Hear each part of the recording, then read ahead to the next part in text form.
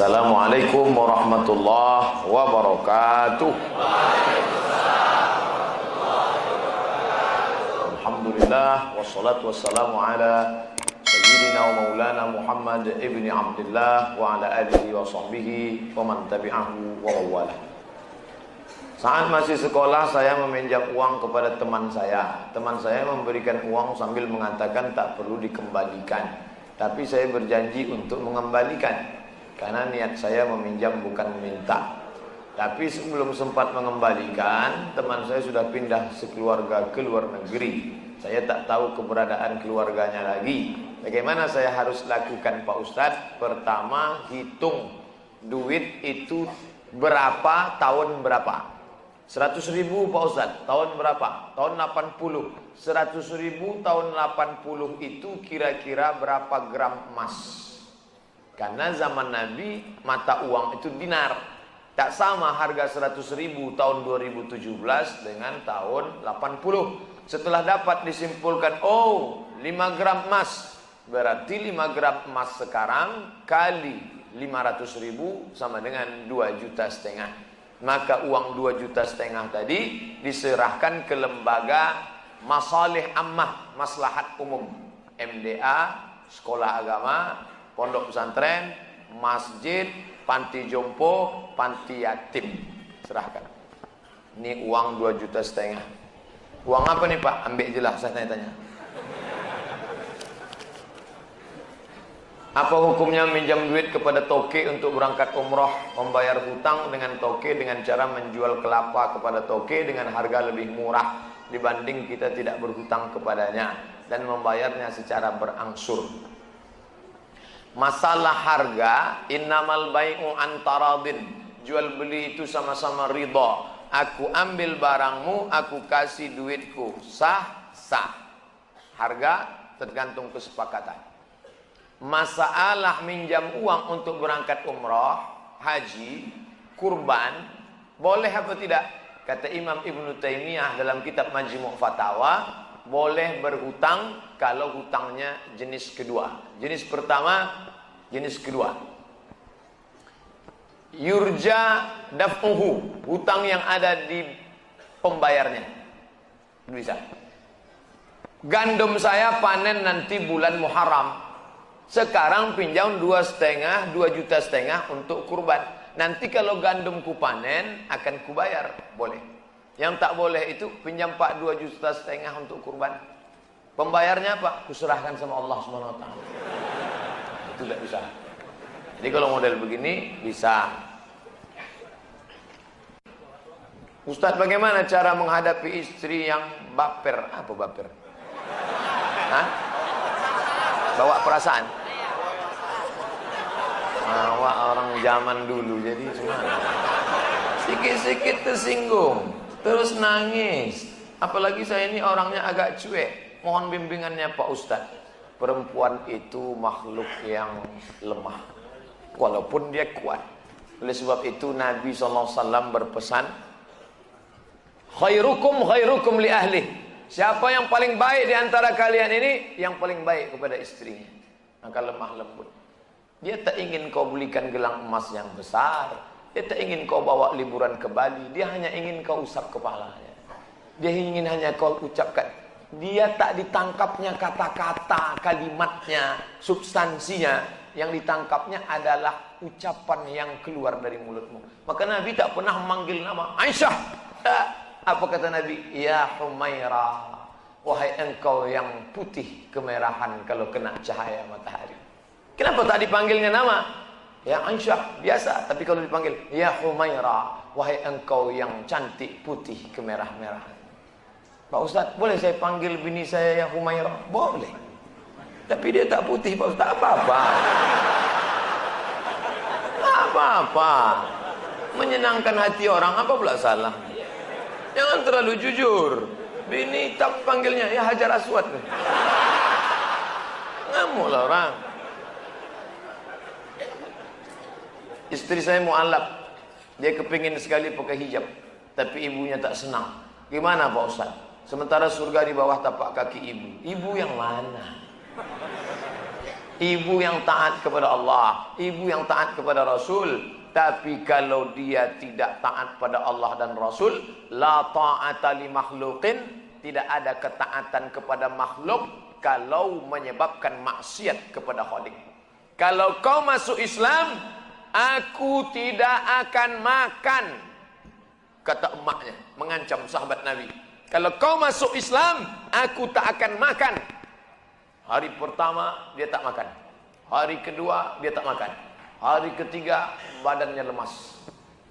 Apa kata sahabat? Ya ummi, oh emakku, in kanat laki mi'atu nafsan, andai kau punya 100 nyawa, keluar nyawamu satu persatu, aku tak akan meninggalkan agama ini. Ucat juga mak ya. Jangankan 1 nyawamu mak, 100 nyawamu, keluar nyawamu satu persatu, aku tetap tak akan meninggalkan agama ini. Akhirnya hari ketiga tuh makan mak. Mop-mopan aja tuh. Saya sudah 1 tahun menikah, tapi belum diberi amanah keturunan. Amalan apa yang harus saya lakukan Pak Ustadz agar saya bisa cepat diberi amanah keturunan Allah Subhanahu wa taala? Rabbi habli minas salihin. Doa siapa? Ibrahim alaihissalam. Berapa lama dia berdoa baru lahir Ismail? Nabi Ibrahim berumur 86 tahun baru lahir Ismail. Sulitkah bagi Allah membuat perempuan hamil? Innama amruhu idza arada syai'an ayyaqula lahu kun fayakun. Lalu kenapa Allah tunda? Allah hanya ingin melihat kau meneteskan air mata bermunajat di tengah malam. Ya Allah, husnuzon kepada Allah Subhanahu wa taala. Andai kau beri ya Allah, mudah-mudahan dia soleh. Andai tidak ya Allah, kau selamatkan aku dari anak nurhaka. Tak ada yang lebih hebat daripada ridha kepada Allah. Tapi tetap usaha. Banyak-banyak minum madu, kata kawan. Minum. Makan kurma mengkal. Makan. Buat jus toge. Buat. Untuk menguatkan. Apa saja kan, selama halal. Tapi kalau kata dia minum kamput, jangan. Apa hukumnya jika saya sholat sambil menutup mata agar sholat saya menjadi lebih khusyuk? Apakah ini tak boleh Pak Ustadz? Sebab dulu saya pernah tanya hal ini pada dosen agama, katanya ini tak boleh karena dianggap tak sopan pada Allah. Sementara jika mata saya terbuka, saya sulit untuk khusyuk. Adakah solusi untuk saya Pak Ustadz? Thanks. Ada gambar senyum. Titik 2. Sekarang saya mau menunjukkan beberapa riwayat sahabat Nabi itu sholatnya pejam mata atau buka mata. Jangan jawab.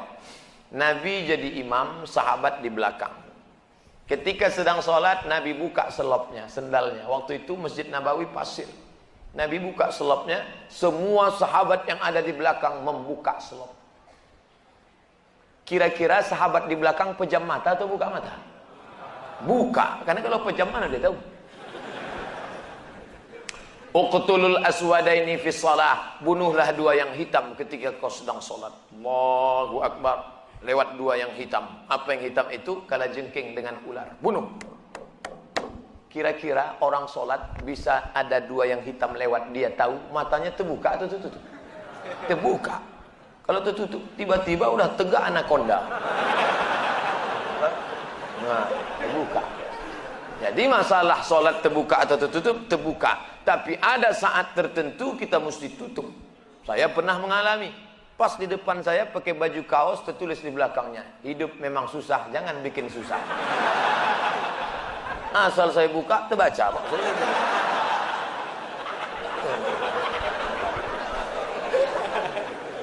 Jangan sholat ke masjid pakai baju bergambar-gambar, bertulis-tulis, pakai baju polos. Gambar. Sudahlah hari Jumat, besok terlambat datang, datang ke tengah, tulis di belakang. Emang masalah buat lo? Ini. Kita bukan cerita sah tak sah, tapi efek pengaruhnya terhadap ibadah. Bagaimana pandangan Islam yang baik dalam mencari pendamping hidup seorang istri? 4 orang Pak Ustaz, sifatnya 4. Tungkahul mar'atu li 4. Perempuan dinikahi karena 4. Apa yang pertama? Lima liha, karena kaya. Kenapa kau nikahi dia? Gimana lah Pak Ustaz, aku tengok cincinnya 3 biji. Kaya, tak salah. Wali hasabiha, kenapa kau nikahi dia? Keturunan Pak Ustaz, darah biru. Payah kemarin waktu cari donor darah, biru darah. Yang ketiga, wali jamaliha, karena cantiknya. Rambutnya bak mayang terurai, pipinya bak pauh dilayang, alisnya bak semut beriring, bibirnya bak delima merekah. So sweet. Walidiniha, karena agamanya. Fasfar bidatidin, pandangkan agamanya. Kau nikahi karena sukunya. Berapa banyak orang melanggar pantangan suku, dipecat dari suku. Kau nikahi dia karena kayanya, hartanya hilang melayang, kau tak suka lagi. Kau nikahi karena bentuk rupa, perempuan bagaikan bunga, kuntum mekar, setelah itu layu, semuanya layu, dia akan berubah. Nikahilah karena agamanya. Ustaz Somad, ya, saya mahasiswa Ustaz dulu, ya. Bisa, saya udah tamat kuliah Pak Ustaz, mantap. Udah kerja Pak Ustaz, alhamdulillah. Belum nikah Pak Ustaz, nauzubillah. Bisa Ustaz carikan yang ada 4-4-nya Pak Ustaz. Kalau ada 4-4-nya ngapain untuk ente? Man talaba akhan bila aibin baqiya bila akhin. Siapa mencari kawan yang tak bercacat, seumur hidup tak akan berkawan. Menikah bukan mencari kesempurnaan, menikah menutupi segala kekurangan. Semenit setelah akad, mulailah kau nampak segala kekurangannya. Kurang cantik, kurang tinggi, kurang putih, kurang mancung, kurang. Maka setelah nikah, kau tutupilah segala kekurangannya. Setelah dapat, inilah dunia akhirat Pak Ustaz. Jangan lagi matamu liar kemana-mana. Kalau laki-laki sudah menikah, nampaknya perempuan cantik di jalan, pulanglah ke rumah.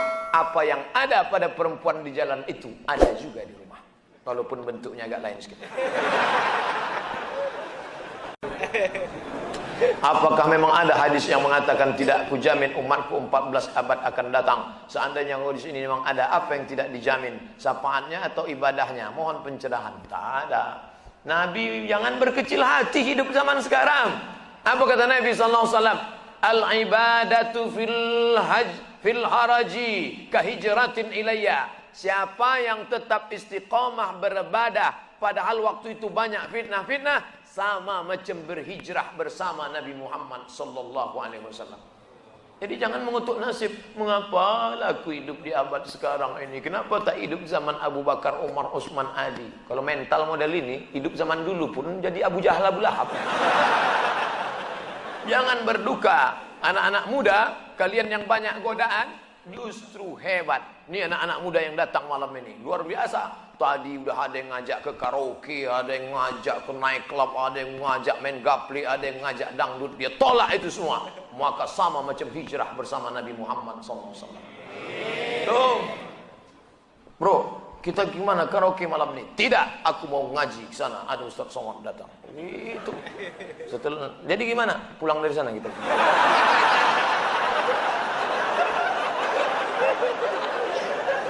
Pak Ustadz, saya mau bertanya bagaimana cara ampuh melamar anak orang supaya luluh hatinya.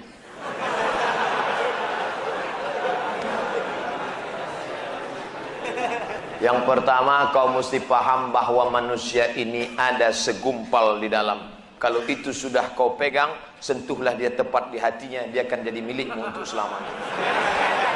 Nah, siapa yang punya hati itu? Allah. Ya muqallibal qulub, wahai engkau yang membolak-balikkan hati, sabbit qalbi, kokohkan hatiku, kokohkan hatinya ya Allah, hati.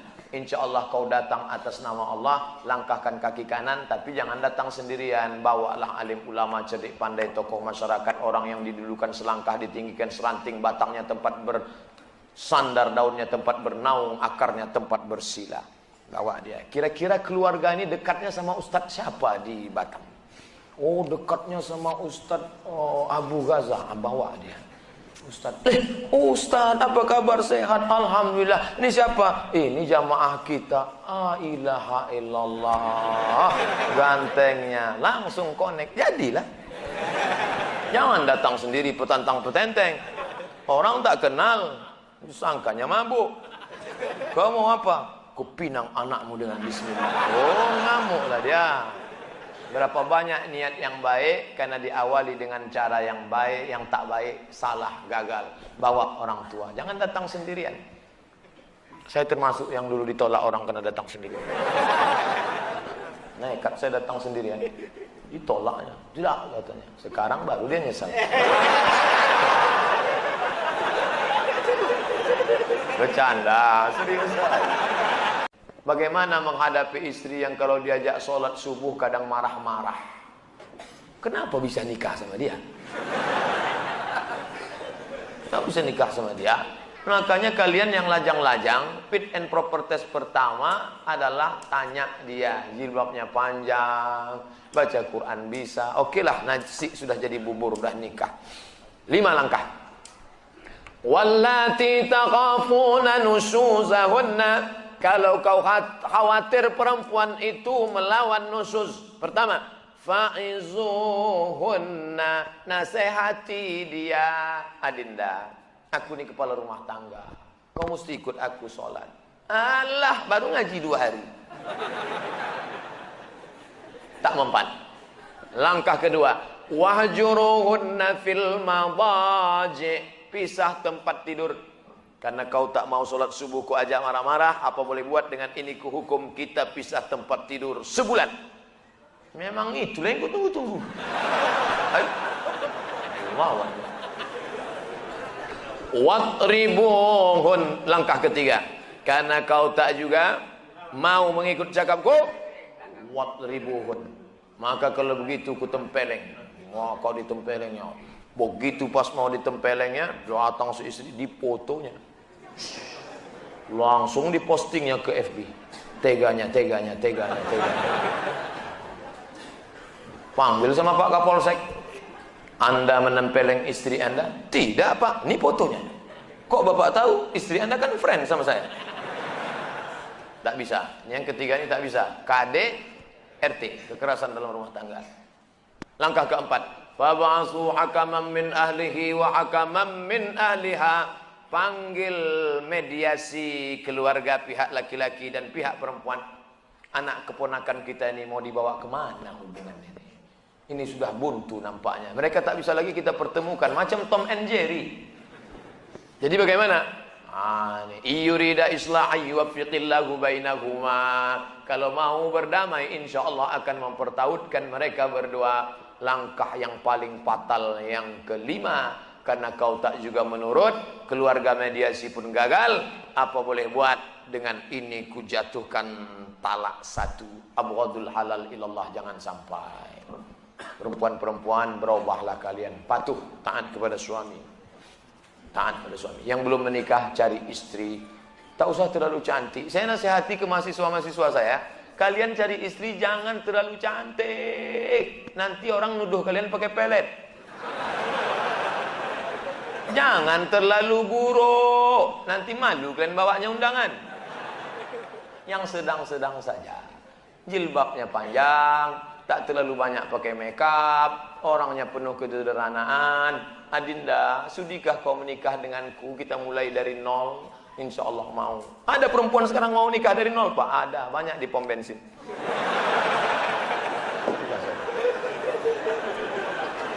Apa hukumnya kawan kita dilamar seorang wanita, sedangkan wanita itu tahu kita sudah beristri? Salah baca atau gimana? Saya baca sekali lagi.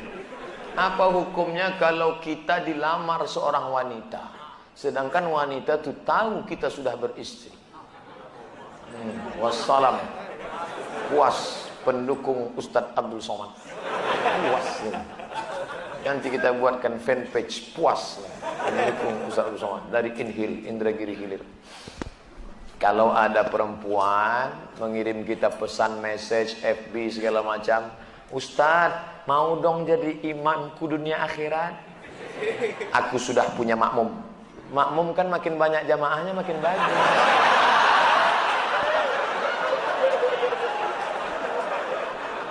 Kita ini negara hukum. Jangan main nikah siri saja. Ada diatur dalam kompilasi hukum Islam Indonesia, siapa yang mau poligami maka harus izin dari istri pertama. Adinda, sudikah engkau masuk surga dengan cara secepat kilat? Mau. Kau berbagi kebahagiaan dengan orang lain. Caranya bang, kau bagilah lakimu ini kepada yang lain. Tadi buatnya lah, saya yang bertandang tangan di bawah ini dengan ini setuju bahwa suami saya menikah dengan menggunakan setuju. Lalu dibawalah ke kantor pengadilan, disahkan oleh hakim. Nanti hakim mengadakan sidang, lalu dia tanya, apakah ibu setuju suami ibu menikah lagi? Setuju Pak Hakim. Gitu prosesnya, jangan main siri-siri aja.